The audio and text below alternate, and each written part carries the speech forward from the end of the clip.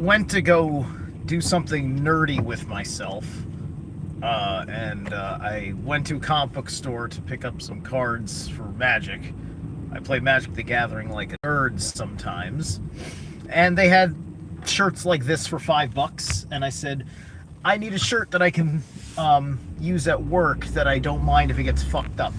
So I looked through all the shirts. It was all like their leftovers of this brand, which is based on the bobblehead toys that you can collect that have like the caricature of various superheroes and things, or any kind of character. It is such an industrial line of I walked in there, just like they had a whole room to the walls. It's just like this thing is I ain't gonna lie, I like these things. Aren't bad. I ain't got a big problem with them. They're just a thing in nerd culture,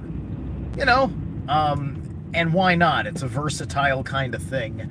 It's kind of funny. It's a little bit when I see it on this level, and the fact that they kind of look like little are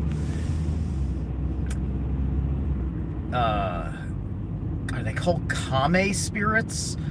I'm thinking of the forests, the little forest spirits in Mononoke Hime, Princess Mononoke by Hayao Miyazaki and Studio Ghibli. Right? Because they got the big eyes, the short stature, the overall cute appearance. And so I got this Chuck Norris. I said, like, all right, what do I want? I want this, like I had all these choices, right? I was inherently going to be picking up a pretty damn nerdy choice.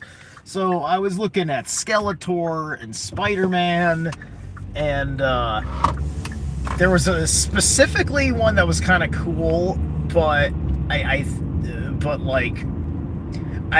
just didn't know how I really felt about where, like, I don't know. No, it was a size issue, I think. I think it was too large, but it was Groot with the Venom suit. So it was like somebody took it must have happened in the comics, I suppose. Venom taking in on Groot. So you got to see that idea, which was fucking cool. But this Chuck Norris shirt that is designed to get ruined at work. It's very tight on me. I picked up a medium, and I just got to break it in. Basically. But, okay, so now to get to the point of my video, I'm kind of, because of the false binaries, as opposed to natural binaries of all aspects going on, especially in the mind field. So you've got the left. The left has their personally liberal culture, which has a pseudo-globalist ideology.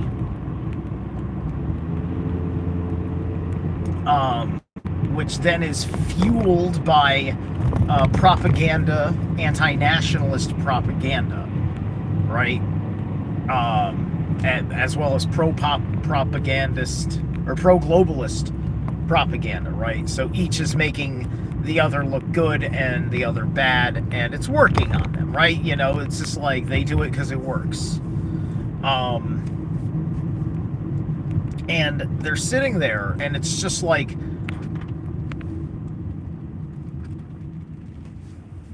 they don't realize that they are endorsing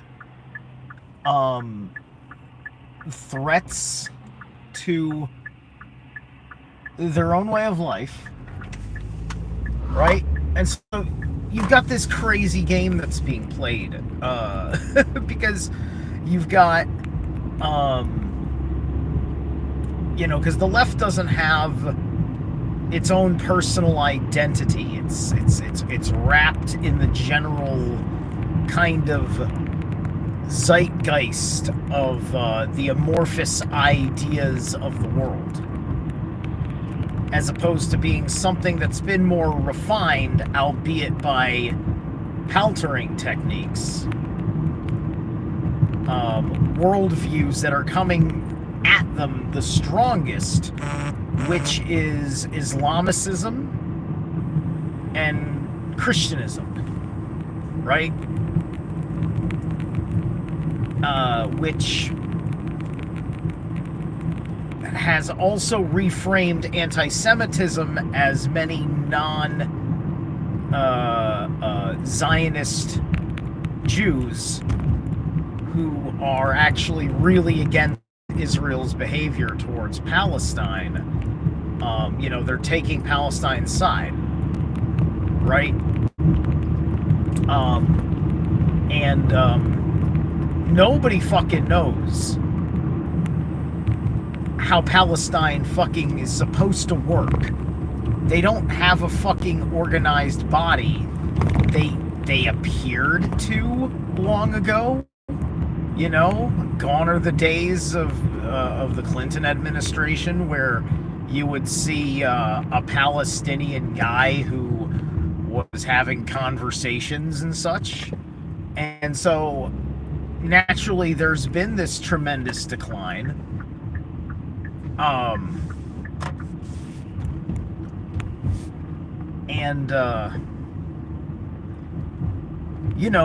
The left has a certain idea of tribalists.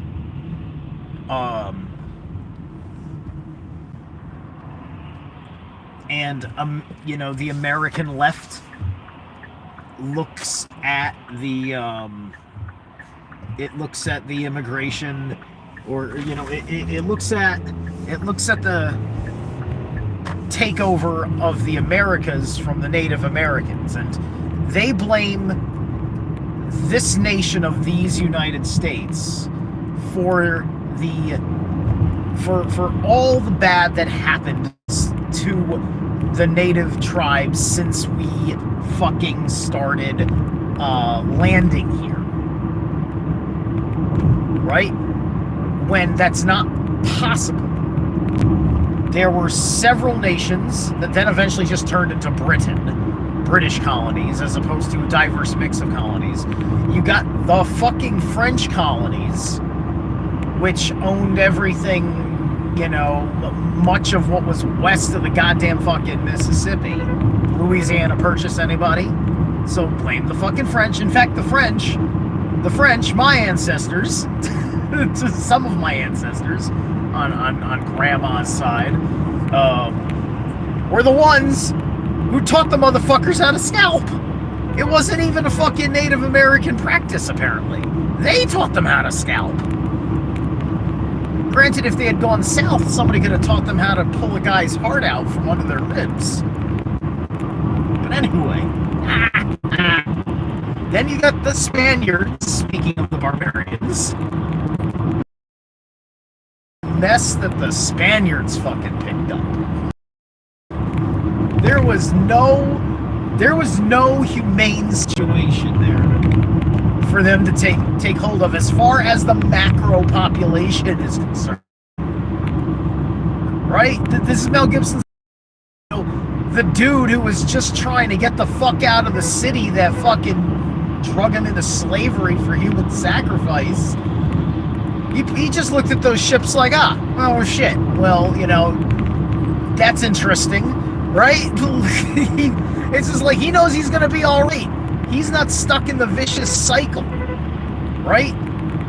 He doesn't have the idea of the city gods, having lost their mind in his head. So you've got all these people of a particular culture working against their own fucking culture, working against them fucking selves. It's the goddamnedest thing you'd ever seen, right? because you're about ready to certainly go into let's kill somebody mode. Okay, so the second you've crossed that threshold, it means you've made a moral determination, right? If you are very interested in perpetrating one side versus the other in some sort of anger over the situation. Hey, I'm sorry about. Oh, good thing there was a fucking resume button. In the middle of that fucking sentence, the screen flipped to the voice recognition calibrator, which it keeps fucking doing. I don't know how to fucking turn it off. I have to go find out how to turn the thing off. It just fucking triggers, like, at random. I can tell that there's certain moments where it thinks it's heard me say something to activate it. So I'm obviously using a phrasing that it's programmed to pick up, and so I just need to turn that shit off. It's gonna get in the way. Anywho, I see Violence is here, and I see a couple of people that I don't know. Hi, good to see you. This is a rare kind of straight socio-political commentary that I just, feel like I can easily kind of clear up something that I see about it in my head. So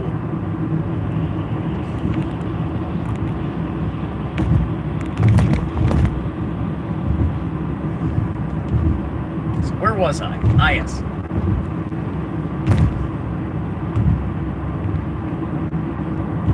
So anyway,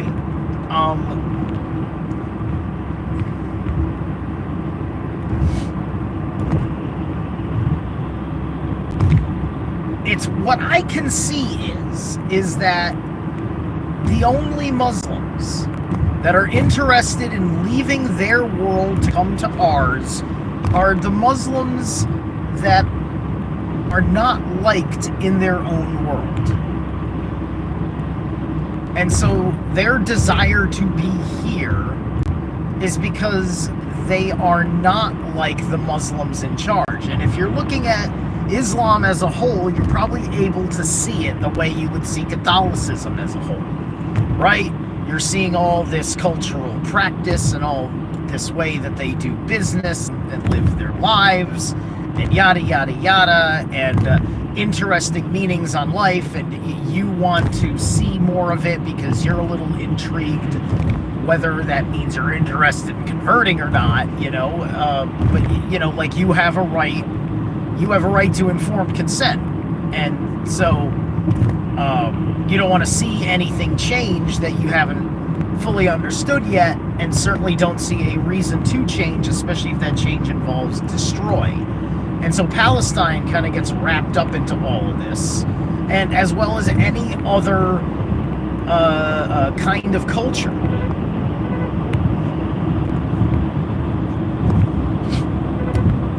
Right?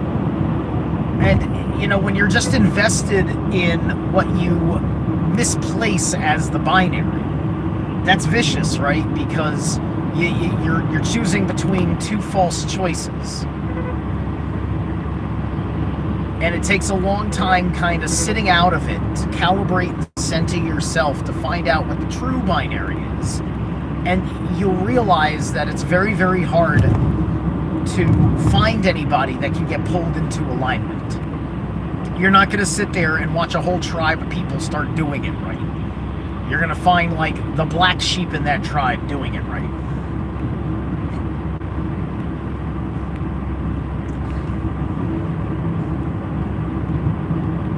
Everybody on this planet that doesn't like who they are, where they are, what they are, why they are, and all of that shit, are incapable of taking personal responsibility, don't have the self-reflection to know that they are a bad element in and of themselves. All of these people have human needs. They may even have feelings. If they're, capable of avoiding looking at themselves.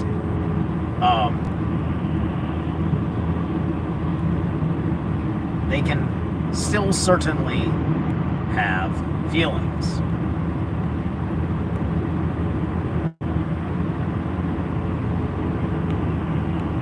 And certainly they can mock feelings if they are desperate, which is probably the circumstances that they're in.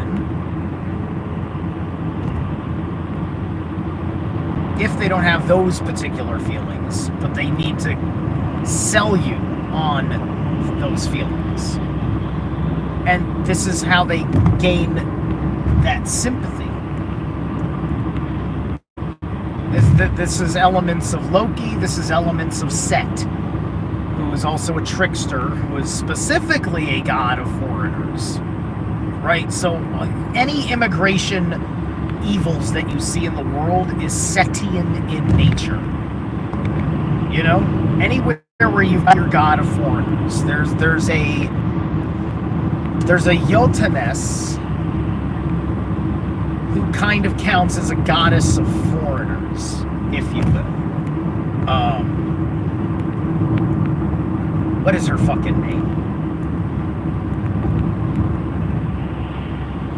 I can't remember her name. Somebody might know. She's a slightly more obscure one. Hey, what's going on, Christy? So, the left talks about all these conservative values that they don't want to see in their lives about abortions and things like that, right? You've got the radical Islamicists that are fleeing their countries are the same kind of people, are the same kind of right-wing extremists, but what we don't understand is that their right-wing extremists are unhinged.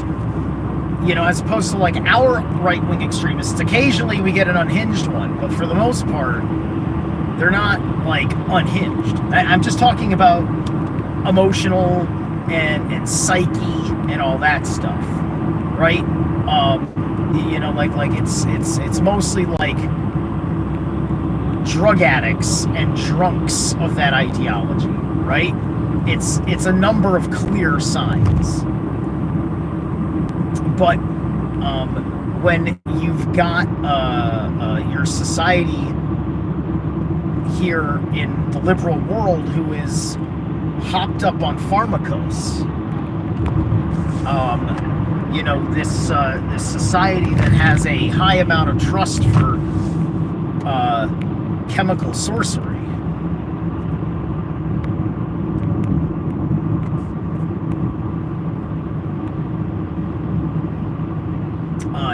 You're just dealing with a certain kind of trouble. A hardcore kind of trouble. But for the most part, that's the thing. It's just like it's these conservative guys by Islam's left to right false paradigms that are coming in. That's what the radical Islamicist thing is, right? And the more moderately conservative Christians here in America look at them as super crazy. And you'll notice that although Trump has some fairly, like, really interestingly hard right guys, like this defense secretary guy, whatever, who's got like kafir or something tattooed on his arms because he's proudly like the enemy of these Islamicists that call American soldiers these things. Guys like that, right? You know, who exists as a standing threat. Just you know, he has his threat to Islam written on his skin, right? That's the kind of guy, and he will show it, flaunt it, so on and so forth.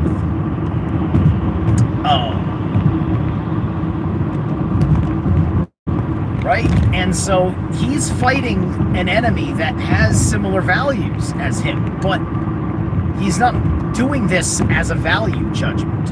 He's doing this based on the manner in which they conduct themselves and are out of hand and we have agreements that are out of his control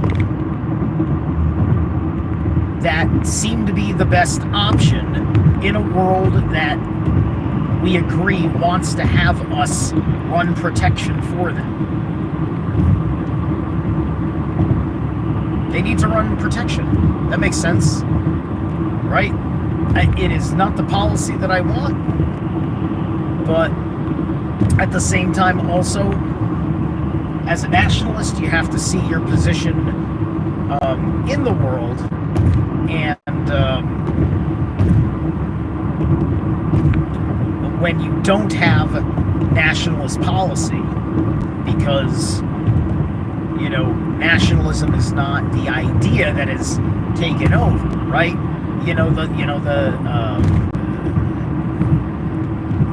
It's just like, it's very hard to have a nation when half your nation doesn't believe in nation. You know what I mean? So this has been the hard deal. I guess that attitude is turning around, but I can't be so sure. Somebody lost an argument.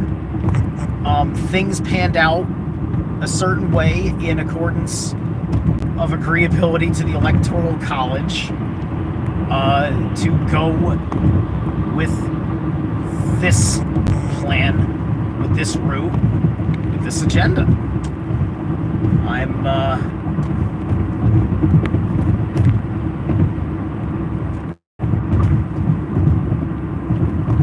I'm not enough in the weeds, in the details, to even guess as to how this all plays out with intelligence. Like, it's a new kind of game, right? And we're living in something that we're not used to in a long time, which is that we're having more transparency in government, but less transparency in strategy, right? When it comes to like our nation would just say, yeah, we're moving troops here, we're moving troops there. It's just like we'd be given all these reports about where things are happening and going, right? And we weren't lying, and then we get there and we're just like, where is everybody, right? And it's like we shot up the village, and we claimed that some of the people we shot were maybe Al-Qaeda, you know?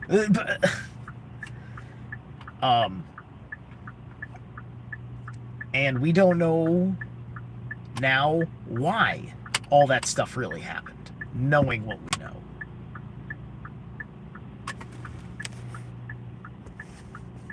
Let's see. See, this guy is driving a shitty car, has all the answers. Oh, is that what he said? He's mocking my 2020 Kona? This is a 2020 Kona. Sure. My shitty car. The guy with all the answers. I get it. That's right. Hey, listen, man. Me speaking my mind comes with qualifiers. I am one man with the internet, a life to live, and the ability to analyze information and use my rational faculties through the quadrivium process, come up with conclusions, and make informed decisions, and convey and articulate my understanding of situations in the world, which adds to the conversation of the mind of the body politic, which then gets to be deliberated by the decision makers who listen.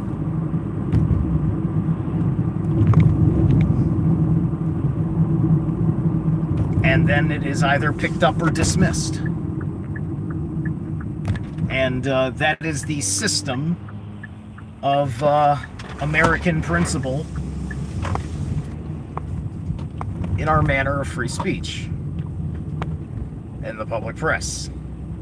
So, it's about the most worthless criticism you can make of anybody is a guy on an internet is speaking his voice without the fucking qualifications? Oh my god. You see, I don't have to, I have enough ability to defend my own mind that I don't need to throw a tax slave diploma at you to prove to you that I may be qualified to speak on specifically what I am talking about.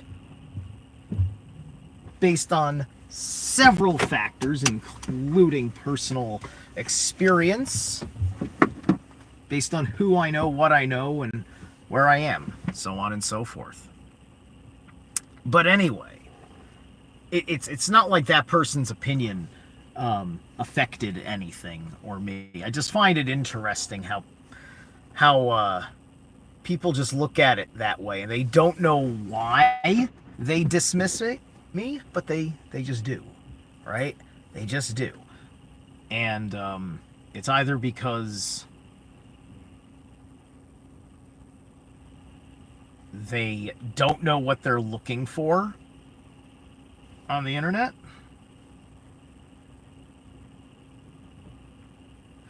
or they're masquerading as someone else who is looking for people having these conversations to throw shade on those conversations because they don't like the choice of words that frame the argument.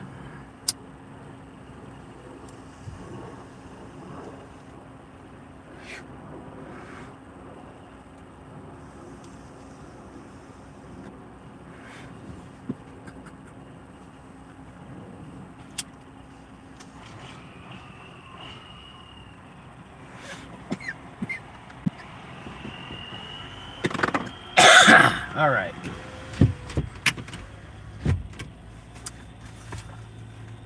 So then,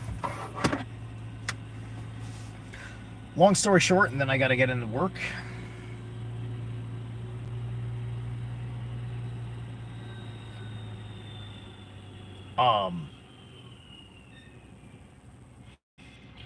The left is basing their reality on the hand-picked examples of their own, some of which are bound to betray them as authentic examples of what they want, and others are the prim and proper higher caste of the same people.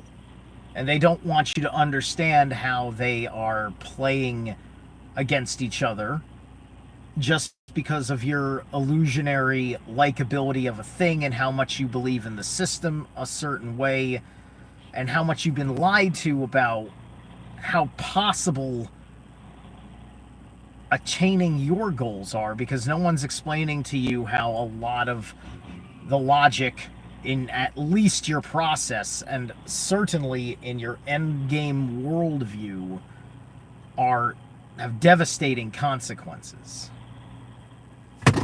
And you're acting like those consequences are not the issue. You just want to stop them from being helpful because you want to harm the people that you're trying to help. And this is kind of like the most base thing, right? It's being able to articulate what you find as the base thing is the key.